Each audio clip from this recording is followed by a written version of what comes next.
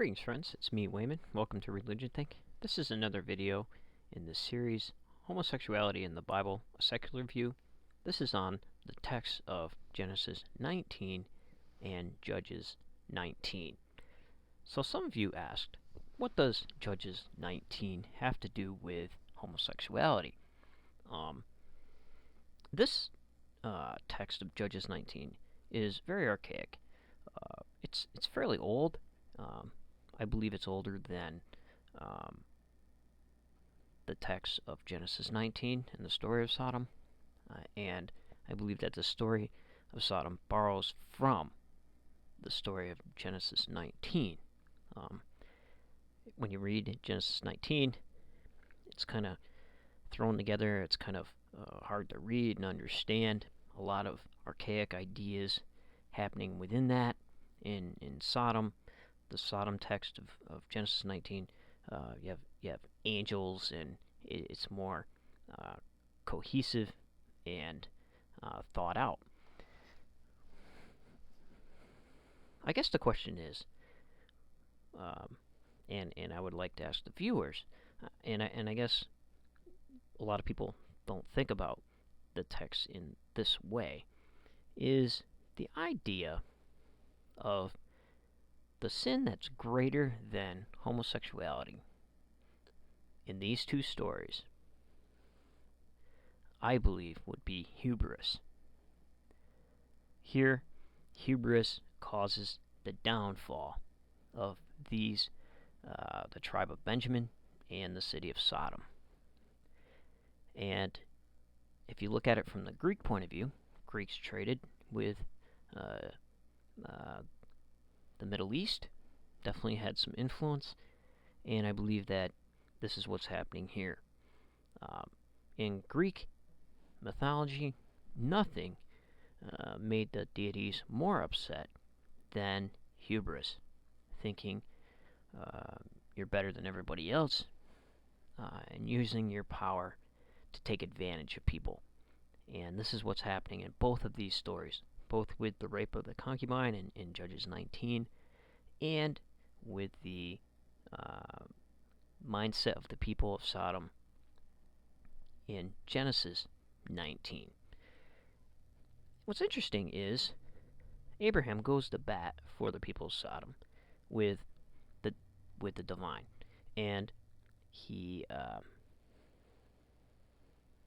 shows that he is unlike those who are captured by hubris.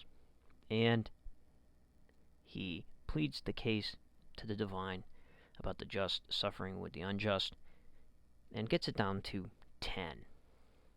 And being frightened, he stops at 10. He could have went down to 1 had he been a little bit braver. But all in all, the two stories compare in that people ask for the visitors.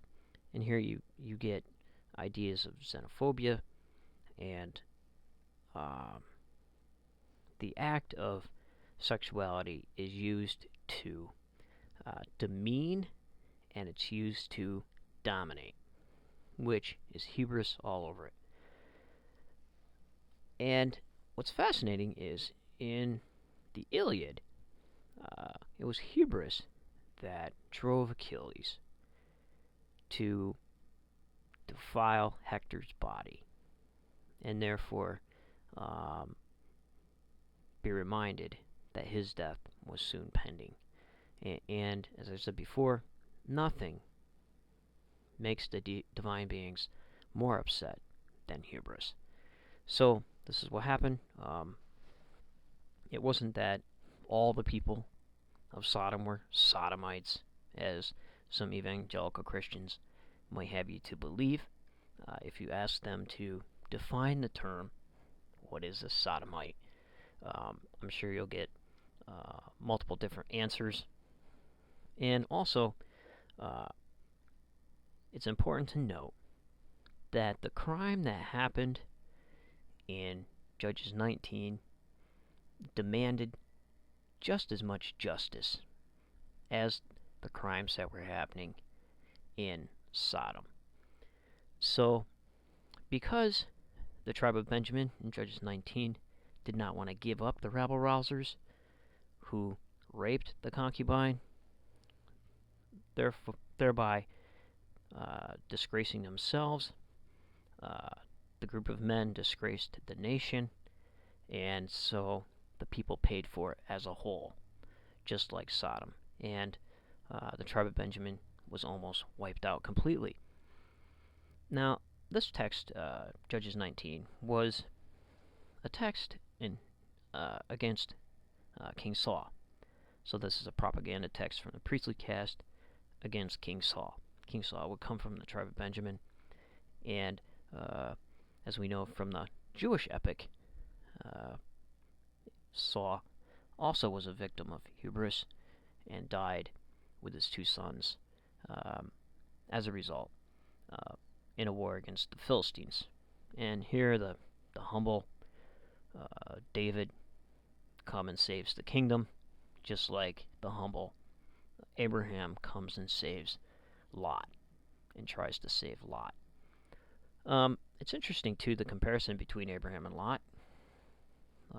Lot could have been driven by hubris in choosing the city itself. Here he lives in a house. Abraham chooses not to accept gifts from the king of Sodom when he was in an alliance with them to fight a war, which, again, to save Lot. And he sleeps with the herds in a tent. So that's the difference between Lot and Abraham. Nothing in excess for Abraham. So it makes Abraham, the hero, look pretty noble. It makes David look pretty noble. Although, in the text, in the epic, David has his own problems with this. So, hopefully, this sheds some light on what may be really happening here. And it's interesting how hubris plays a role in all the homophobic propaganda that happens, especially among Christian communities and other belief systems. What is it? What are you doing to your neighbor? Who is your neighbor? The Good Samaritan touches on this, the parable, and also what Jesus says when people do not accept the message. People do not accept you into the town. Knock the dust off your feet. It would be better for Sodom in the end than it will be for this town. So, I guess the question to ask, are evangelicals who are so homophobic practicing a form of hubris and denying the rights and liberties of people, and will that bring condemnation on themselves and their nations? Just something to think about. It happened in mythology. We have the literature. Take care, friends. Hopefully you enjoyed this. And read the text that I mentioned. And if everybody's thinking alike, then somebody isn't thinking.